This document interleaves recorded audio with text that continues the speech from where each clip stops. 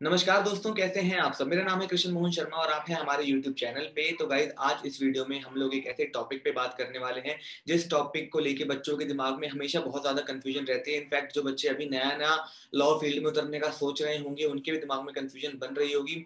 तो आज इस वीडियो में इसी वक्त उस सारे कन्फ्यूजन को क्लियर कर देते हैं। तो बस रिक्वेस्ट है कि भाई इस वीडियो को पूरा देखें, लास्ट तक देखें। हो सकता है कि आपके भी दिमाग में कुछ ऐसे डाउट्स हो जो क्लियर हो जाएँ। ठीक, तो टॉपिक क्या है? टॉपिक है कि भाई क्लैट एग्जाम है, कॉमन लॉ एंट्रेंस टेस्ट, जो कि हमारे लॉ में एडमिशन लेने के लिए जो हमें टेस्ट देना पड़ता है उसको क्लैट बोलते हैं। तो क्लैट हमारा 12th के बाद भी होता है, क्लैट हमारा ग्रेजुएशन के बाद भी होता है। तो बच्चों का सवाल रहता है कि भाई हम क्लैट को 12th के बाद अटेम्प्ट करें या ग्रेजुएशन के बाद ग्रेजुएशन कर लें उसके बाद हम क्लैट दें, तो दोनों में क्या डिफरेंसेस होते हैं, कौन सा बेटर होता है, कौन सा अच्छा नहीं होता। तो हम ये सारे डाउट्स आज इस वीडियो में क्लियर कर देंगे। तो बस रिक्वेस्ट है कि भाई इस वीडियो को लास्ट तक देखें, पूरा देखें, ठीक है। अच्छा, उससे पहले स्टार्ट करने से पहले एक बात और, अगर आप लोग भाई अभी कोई सा भी या तो 12th के बाद ग्रेजुएशन कोई सा भी अगर आप लोग अभी क्लैट दे रहे हो ना गाइस, तो ये न्यूज़ आप लोगों के लिए बहुत इंपॉर्टेंट है। अन अकेडमी लेके आया है आप लोगों के लिए special free batches for CLAT, जिसका नाम, जिसको वो लोग रिवाइजेथॉन भी बोलते हैं, जिसमें हमारा एक महीने में पूरा क्लैट का सिलेबस खत्म कर दिया जाएगा विद स्ट्रक्चर्ड। क्योंकि गाइस देखो, आज जनवरी एंड हो चुका है, फरवरी, मार्च, अप्रैल, ठीक है, एंड मई, उसके बाद जून में हमारा एग्जाम ही है। तो 4 महीने हमारे पास है जिसमें हमें अपने बोर्ड्स की भी तैयारी करनी है एंड सब कुछ, बहुत सारा बर्डन हमारे दिमाग पे इस टाइम होगा। प्रैक्टिकल्स भी होंगे स्कूल के, कॉलेज के बाद अगर तो कॉलेज के भी एग्जाम्स होंगे। तो इस वजह से अभी आप लोगों को जरूरत है एक शॉर्ट टर्म कोर्स की, जो आपका पूरा सिलेबस अच्छी तरह स्ट्रक्चर्ड मैनर में रिवाइज करवा दे। तो क्लैट बिल्कुल एक ऐसा ही कोर्स लेके आया है जिसका नाम रिवाइजेथॉन है, जो एक महीने में पूरा सिलेबस अच्छे से करवा देगा। प्रॉपर स्ट्रक्चर्ड क्लासेस होंगी, बहुत अच्छा उनका डाउट मैकेनिज्म होगा, और full length and sectional test होंगे जिनका आपको पूरा अच्छे से एनालिसिस मिलेगा।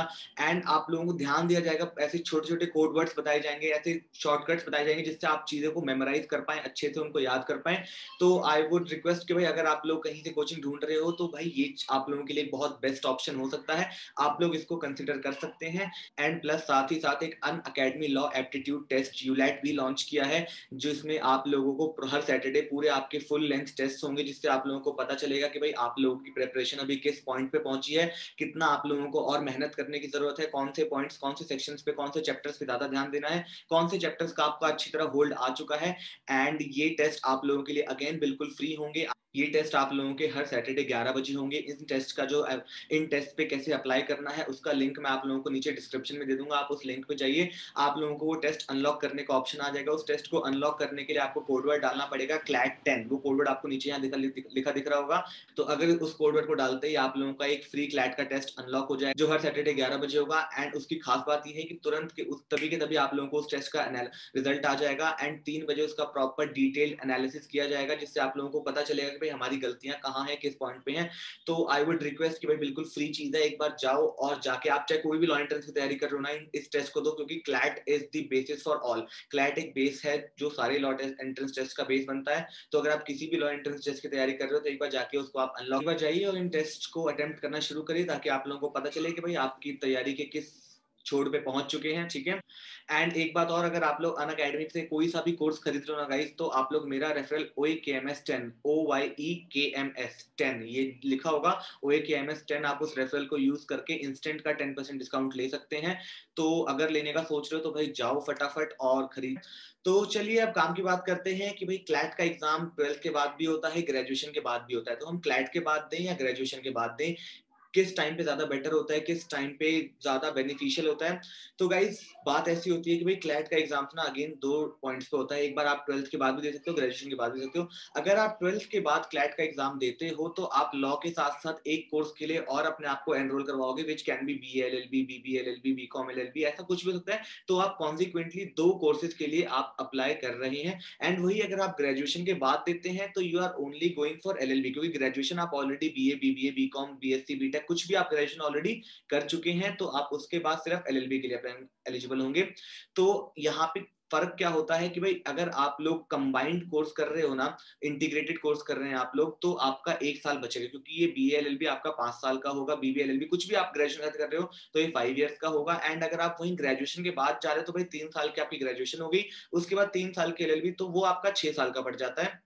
तो एक तो फर्क ये है कि भाई ये चीज 5 साल की होती है, ये चीज 6 साल की होती है, तो आपका 1 साल यहाँ पे बचता है। सेकंड पॉइंट ये आ जाता है कि भाई जो बड़े बड़े कॉलेजेस हैं, लाइक एनएलयू, जो भी अच्छे अच्छे कॉलेजेस हैं, वो लोग सिर्फ 5 ईयर लॉ को ही, उनके पास सिर्फ 5 ईयर लॉ का ही ऑप्शन है, उनमें आपको 3 साल की लॉ का ऑप्शन नहीं मिलेगा। हालांकि कुछ और भी कॉलेजेस हैं, जैसे डीयू हो गया, बीएचयू हो गया, इनमें आपका 5 ईयर लॉ का कोई ऑप्शन नहीं है, इसमें आपके पास सिर्फ 3 ईयर लॉ का ऑप्शन है, लेकिन उसके बाद उनके एक अलग एंट्रेंसेस होते हैं, उनका क्लैट से एडमिशन नहीं होता, ठीक है। तो और फीस वगैरह तो यार डिपेंड करता है कॉलेज टू कॉलेज, आप कौन से कॉलेज में जा रहे हो, आप कैसा कॉलेज ले रहे हो, तो उन पे फीस का बिल्कुल उस पर डिपेंड करता है। तो सवाल आता है कि भाई हमें 3 ईयर के बाद जाना चाहिए, मतलब हमें 3 ईयर के बाद अपने आप को एनरोल करना चाहिए 5 ईयर लॉ, हमें अपने आप को 5 ईयर लॉ में एनरोल करना चाहिए या 3 ईयर लॉ में एनरोल करना चाहिए। तो भाई देखो, कुछ लोग होते हैं जिनका 12th के बाद बिल्कुल माइंडसेट क्लियर होता है कि भाई नहीं, हमें तो लॉ ही करना है, बाय हुक और बाय क्रुक, नथिंग एल्स। तो आई वुड सजेस्ट कि अगर आपका बिल्कुल सब कुछ क्लियर है तो भाई आप 5 ईयर में ही जाओ। लेकिन कुछ बच्चे क्या होता है कि भाई स्टार्टिंग में तो ग्रेजुएशन स्टार्ट कर देते हैं कि भाई चलो ठीक है, एंड आपका 1 साल ग्रेजुएशन निकल चुका है, तो आई वुड सजेस्ट कि भाई अब आपने अपनी ग्रेजुएशन खत्म कर लीजिए, एंड उसके बाद आप 3 ईयर के लिए आप जाइए, जो 3 ईयर के क्लैट के अलावा और भी बहुत सारे कॉलेजेस हैं जो आपको बहुत अच्छे अच्छे ऑप्शन देते हैं, ठीक है।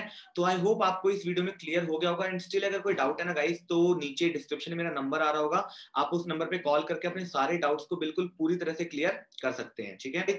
तो इसी के साथ इस वीडियो को यही खत्म करते हैं। आई होप आपको ये वीडियो अच्छी लगी होगी, एंड अगर अच्छी लगी तो चैनल को सब्सक्राइब करें, अपने दोस्तों के साथ वीडियो शेयर करो। एंड भाई अगर लॉ एंट्रेंस की तैयारी कर रहे हो ना, चाहे कोई सा भी है, डीयू, बीएचयू, क्लैट, प्लेट, कुछ भी है ना भाई, तो चैनल के साथ जुड़े रहें, बहुत काम की चीज आने वाली है, ठीक है गाइस। तो इसी के साथ वीडियो को यही खत्म करते हैं, धन्यवाद।